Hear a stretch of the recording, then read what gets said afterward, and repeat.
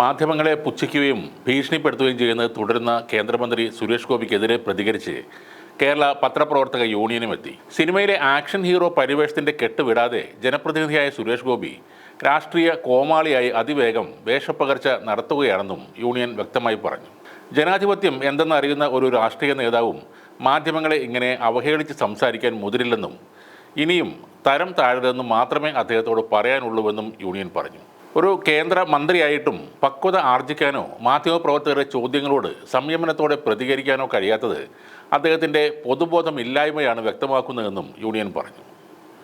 നിങ്ങൾ ആരോടാണ് ചോദിക്കുന്നത്? ബി കെയർഫുൾ, സൗകര്യമില്ല പറയാൻ. ഇങ്ങനെയായിരുന്നു ഇന്നലെ മന്ത്രിയുടെ പ്രകടനം. ജനങ്ങളാണ് എല്ലാറ്റിനും മുകളിലെന്ന് പറഞ്ഞ കേന്ദ്രമന്ത്രി നടത്തുന്നത് അതേ ജനങ്ങളോടുള്ള വെല്ലുവിളി തന്നെയാണെന്നും പത്രപ്രവർത്തക യൂണിയൻ പറഞ്ഞു. അതേപോലെ പാർലമെൻറ്റിൽ ചർച്ചയ്ക്കിടെ മുന്നേ എന്നും യൂദാസ് എന്നും പരാമർശിച്ചത് സുരേഷ് ഗോപിയെക്കുറിച്ചല്ലെന്ന് തന്നെയാണ് ജോൺ ബ്രിട്ടാസ് MP പറയുന്നത്.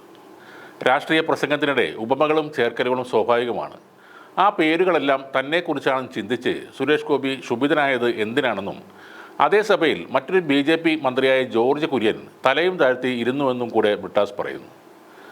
തൻ്റെ തല ഉയർത്തിയാൽ താനാണ് മുന്ന എന്നാരെങ്കിലും തോന്നിയാലോ എന്നായിരിക്കും ചിലപ്പോൾ ജോർജ് കുര്യൻ ചിന്തിച്ചതെന്നും അദ്ദേഹം പറഞ്ഞു. സുരേഷ് ഗോപിക്ക് രാഷ്ട്രീയത്തിലും ഒരു സ്ക്രിപ്റ്റ് റൈറ്ററുടെ ആവശ്യമുണ്ടെന്നായിരുന്നു ജോൺ ബ്രിട്ടാസ് പറയുന്നത്. ജബൽപൂരിലെ ആക്രമണത്തെക്കുറിച്ചുള്ള ചോദ്യത്തിന് ജോൺ ബ്രിട്ടാസിനെ പരാമർശിച്ചുകൊണ്ടുള്ള സുരേഷ് ഗോപിയുടെ മറുപടിയോട് പ്രതികരിക്കുകയായിരുന്നു അദ്ദേഹം. രാജീവ് ചന്ദ്രശേഖർ തന്നെ മുൻകൈയെടുത്ത് ഒരു സ്ക്രിപ്റ്റ് റൈറ്ററെ അദ്ദേഹത്തിന് നൽകണമെന്നും ബ്രിട്ടാസ് പറഞ്ഞു. സുരേഷ് ഗോപി പ്രകടിപ്പിക്കുന്നത് നടനകലയിലെ അദ്ദേഹത്തിൻ്റെ വൈഭവമായിരിക്കാം. പറയുന്നതിനെ നമ്മൾ സീരിയസ് ആയി എടുക്കരുത്. കാരണം അദ്ദേഹം പറയുന്നതിനെ അദ്ദേഹം പോലും സീരിയസ് ആയി എടുക്കുന്നില്ലെന്നും ബ്രിട്ടാസ് പറഞ്ഞു. കാലിക രാഷ്ട്രീയത്തെക്കുറിച്ച് ജനപ്രതിനിധികൾ സംസാരിക്കുമ്പോൾ കുറച്ചുകൂടി സഭ്യമായിട്ട് പ്രതികരിക്കണമെന്നും അദ്ദേഹം പറഞ്ഞു. മുന്നേയെന്നും ജൂദാസ് എന്നുമുള്ള പരാമർശം സുരേഷ് ഗോപിയെക്കുറിച്ചാണെന്ന് അദ്ദേഹത്തിന് തോന്നിയത് അദ്ദേഹത്തിൻ്റെ നിഷ്കളങ്കത കൊണ്ടാകാമെന്നും അദ്ദേഹം പറഞ്ഞു. എന്നാൽ സുരേഷ് ഗോപി എൻ്റെ ശത്രുവൊന്നുമല്ല എന്നും ജോൺ ബ്രിട്ടാസ് തന്നെ പറയുന്നുണ്ട്. പാർലമെൻറ്റിൽ ഇതെല്ലാം സംസാരിച്ച് കഴിഞ്ഞിട്ടും പുറത്തിറങ്ങിയിട്ട് വളരെ ഊഷ്മളതയോടുകൂടി അദ്ദേഹം സംസാരിക്കുകയും പെരുമാറുകയും ചെയ്തിരുന്നു. ചിലപ്പോൾ അതും നടനകലയിലുള്ള വൈഭവം ആകാം. അദ്ദേഹത്തിന് ഭയങ്കരമായ ഒരു വീര്യമുണ്ട്, ഉശിരുണ്ടെന്നൊക്കെ തോന്നിപ്പിക്കുന്നതായിരിക്കാം കാരണം. പക്ഷേ എനിക്ക് എൻ്റെ മിത്രമായിട്ടുള്ള സുരേഷ് ഗോപിയോട് പറയാനുള്ളത് രാഷ്ട്രീയത്തിലും ഒരു സ്ക്രിപ്റ്റ് റൈറ്ററുടെ ആവശ്യം താങ്കൾക്കുണ്ട് എന്ന് തന്നെയാണ്. കഴിഞ്ഞ ദിവസം സമാജ്വാദി പാർട്ടി നേതാവും ആം ആദ്മി പാർട്ടി നേതാവും DMK നേതാവും പറഞ്ഞൊരു കാര്യമുണ്ട്. ജോൺ ബ്രിട്ടാസ് മുന്ന എന്നും ജൂദാസ് എന്നും 2 പേരുകളാണ് പറഞ്ഞത്. അത് ഞാനാണെന്ന് പറഞ്ഞ് സുരേഷ് ഗോപി എന്തിനാണ് എഴുന്നേറ്റത് എന്നാണ് അവർ ചോദിച്ചത്. ഞാനത് സുരേഷ് ഗോപിയാണെന്ന് പറഞ്ഞിട്ടില്ല. അത് രാഷ്ട്രീയ സംഭാഷണത്തിലെ ഭാഗമാണ്. കേരളത്തിൽ മുനമ്പത്തിന് വേണ്ടിയും ക്രൈസ്തവർക്ക് വേണ്ടിയും മുതലക്കണ്ണീർ പൊഴിക്കുന്ന BJPക്കാർ 30 വെള്ളിക്കാശിന് യേശുക്രിസ്തുവിനെ ഒറ്റിക്കൊടുത്ത യൂദാസിൻ്റെയും എമ്പുരാനിലെ മുന്നയുടെയും വേഷമാണ് അണിയുന്നതെന്നാണ് ഞാൻ പറഞ്ഞത്. സത്യത്തിൽ മന്ത്രി ജോർജ് കുര്യൻ അത് മനസ്സിലായിട്ടുമുണ്ട്.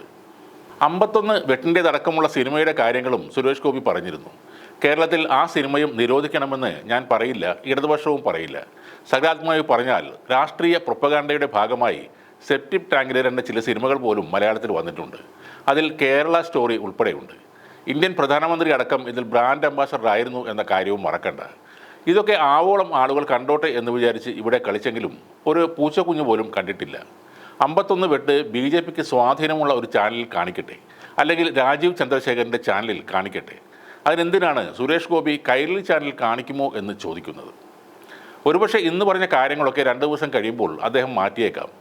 കേന്ദ്ര സഹമന്ത്രിയാണെന്നത് കാര്യമാണ്. പക്ഷേ അദ്ദേഹത്തെ ആരും ഗൗരവത്തിൽ എടുക്കരുത്.